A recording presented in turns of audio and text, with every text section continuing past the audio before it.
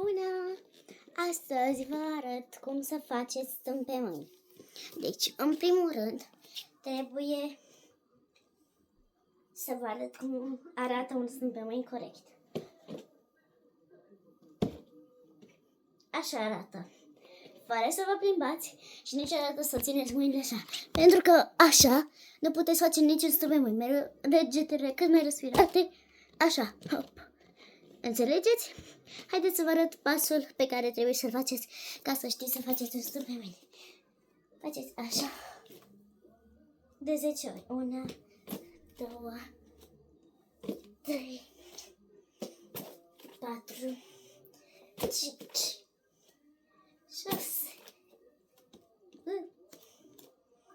7, 8. Acum trebuie să faceți pandare și după aia urcați. Uitați. 1, 2, mă dau mai în spate. 3, 4, 5, 6, 7, 8, 9, 10. Acum același lucru ce am făcut acum, doar că să ne deplasăm piciorul de pe sol. Adică așa. 1, 2, 3,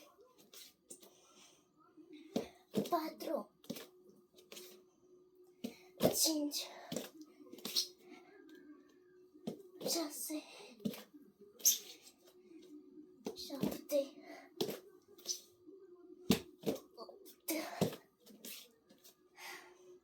9, 10. Acum voți merge la un perete sau o ușă, să-ți închid ca să nu... Așa. Și faceți așa, pandare, puneți mâinile și urcați. Dar trebuie să vă lipiți de ușa. Așa. Și faceți asta de 10 ori, am făcut de 2, da. 3, 4, 5, 6, 7, 8, 9, 10. Iar acum la ceva mult mai mic, o canapea sau ceva de genul, vă veți pune așa și veți face stâmp pe mâini la această canapea mai mică, ca să vezi doar capul și umii de 10 ori. 1, 2,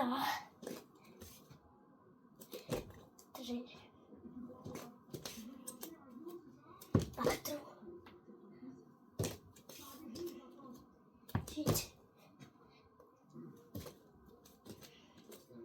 6,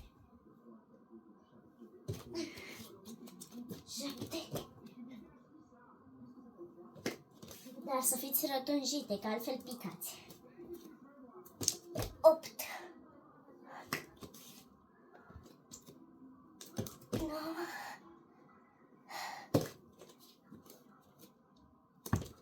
10.